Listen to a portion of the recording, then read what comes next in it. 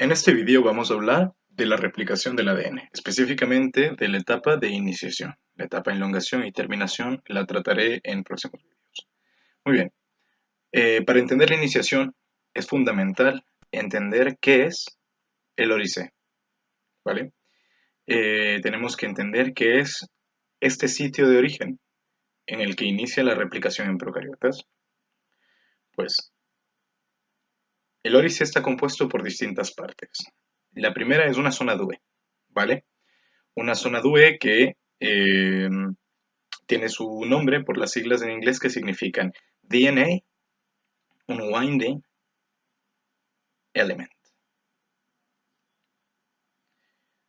Y bueno, la traducción al español de esto podría ser, o se lo describe en los libros, como una zona relajante del ADN, ¿vale? Una zona relajante, una zona que es capaz de perder el superenrollamiento al que está sometido dentro de lo que es la hélice del ADN eh, y poder abrirse, ¿no? Y poder relajarse. Ahora lo vamos a entender, ahora lo vamos a ver todo con más detenimiento, pero bueno, se lo puede definir como una zona relajante del ADN. Vale. Existen otros sitios importantes en lo que es el OIC. Estos azules que he pintado aquí son denominados sitios R, son muy importantes. Y estos celestes que voy a pintar por aquí son los llamados sitios I. Esos sitios son muy importantes porque son los sitios de unión para una proteína que se llama la DNA-A. Vamos a hablar de ella más adelante. Y estos verdes son sitios denominados IHS y FIS, que son sitios de unión para factores que estimulan la iniciación de la replicación del ADN. Todo esto conforma lo que conocemos como ORICE.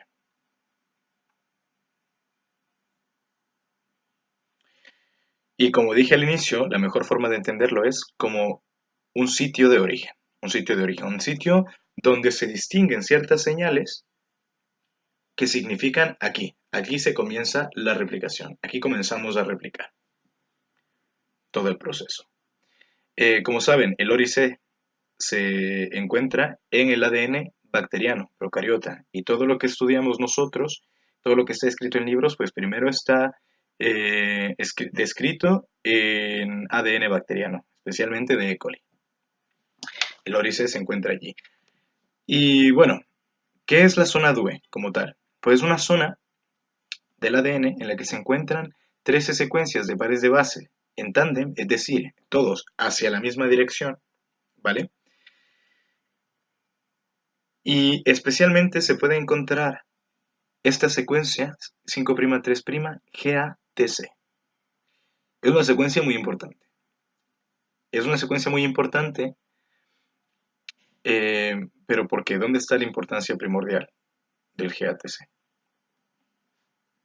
Pues hay una proteína, una enzima que se llama DAM-metilasa, que es crucial en el proceso de iniciación, ¿vale? Cumple una función específica, lo que nos ha servido para identificar hasta ahora lo que conocemos, eh, y realiza una metilación de adeninas. De hecho, DAM en inglés las siglas se sostienen por DNA Adenine Methylation, que a mí me falta una H aquí, me falta una H para escribirlo en inglés correctamente, pero básicamente lo que hace es metilar el nitrógeno 6 de las adeninas en la secuencia 5' GATC, ¿vale? Es la función que cumple, la función específica que cumple. ¿Y por qué es clave esto en el ORIC? Bueno, pues porque hemos encontrado que en el ORIC hay 11 repeticiones de la secuencia GATC, GATC, no GTAC, en 245 pares de bases, cuando normalmente lo que ocurre es que se encuentra una repetición GATC en 245 pares de bases. Entonces, es verdaderamente una abundancia de GATC, de secuencias GATC en lo que es el Odisea. Y por eso hemos aprendido que es un mecanismo de regulación de iniciación, de la etapa de iniciación.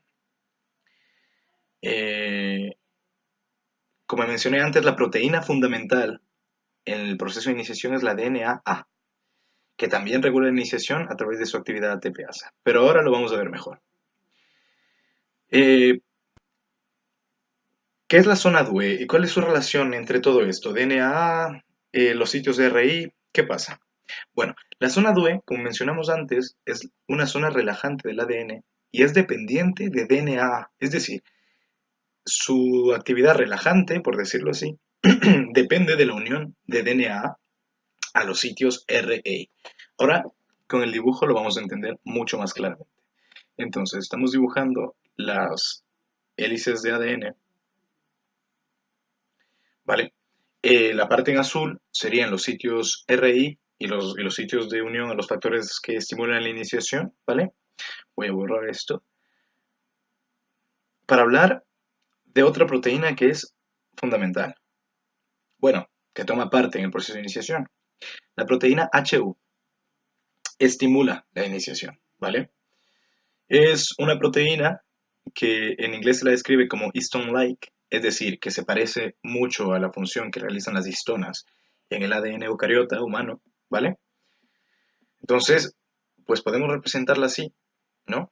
Que están unidos al ADN para estimular la iniciación. Y ahora, la DNA, la proteína que les he dicho, que es la más importante dentro del proceso de, de iniciación, 20 de estas proteínas se unen a la doble hélice de ADN y es entonces cuando la zona DUE, esta zona relajante que hemos dicho de ADN, dependiente de la unión de DNA a los sitios R y a los sitios I, ¿vale? Se abre, ¿no? O sea, pierde su enrollamiento. Y por eso se le define como relajante. Muy bien. Eh, la siguiente proteína, la siguiente enzima, bueno, la siguiente proteína fundamental dentro del proceso de iniciación es una proteína que denominamos DNAB, ¿vale? Esta proteína funciona con una proteína o depende de una proteína que se llama DNAC, que tiene una función ATPasa. ¿Por qué depende de esta proteína DNAC? Pues la DNAB es como un anillo, ¿vale? Como un anillo que se puede abrir y cerrar para engancharse en el ADN. Pues la DNAC se une y a través de una actividad ATPasa logra que se abra, ¿vale?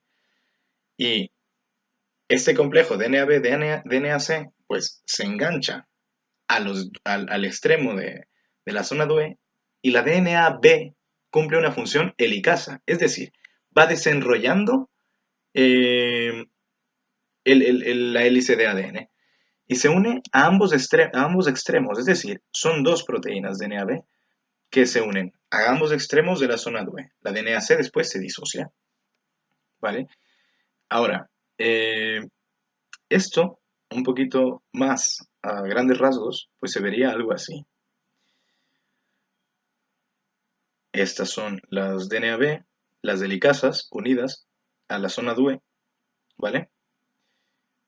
Y tenemos que recordar, para continuar hablando de la iniciación, que siempre se polimeriza en sentido 5'3'. Siempre, cuando se añaden nucleótidos, se lo hace en sentido 5'3'. ¿Quién lo hace? Pues unas proteínas, cuyo nombre es fácil de memorizar, que son las ADN polimerasas, ¿vale? Y tenemos que revisar especialmente dos de ellas para hablar de este proceso de iniciación. Pues la primera que tenemos que revisar es la ADN polimerasa 1. Esta ADN polimerasa 1 tiene dos sitios, a grandes rasgos, es mucho más compleja, pero tiene dos sitios específicos importantes. Uno cumple la actividad polimerización 5'3' y el otro cumple una actividad exonucleasa en sentido 3'5'. La exonucleasa está relacionado con reparación de errores. se regresa y en sentido 3', 5', si es que está algo mal, pues retira un nucleótido y después con la actividad 5', 3', pues vuelve a añadir otro, ¿vale? Ahora, la ADN polimerasa 1 tiene baja procesividad. No es la polimerasa principal para la replicación del ADN. Y ahí es importante saber que utiliza un extremo 3' o H para iniciar la polimerización. Tiene que haber un extremo libre 3' o H para iniciar la polimerización. ¿Por qué tiene baja procesividad? Porque polimeriza 3 a 200 nucleótidos antes de disociarse. Entonces, ¿quién es la principal responsable de la replicación? Pues la ADN polimerasa 3. La ADN polimerasa 3 es una enzima muy especial. Es muy compleja. Es la principal responsable de la replicación en procariotas.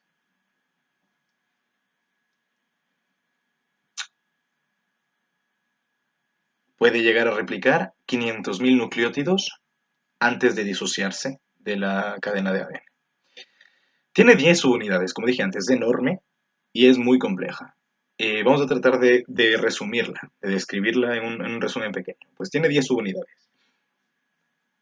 Tiene un núcleo conformado principalmente por las subunidades alfa y epsilon, ¿vale? La alfa relacionada con la polimerización, la epsilon con la corrección de errores, el proofreading que se llama, y la theta, pues básicamente une alfa con epsilon. Tiene una subunidad tau, que logra hacer una dimerización entre la enzima y los núcleos, ¿vale?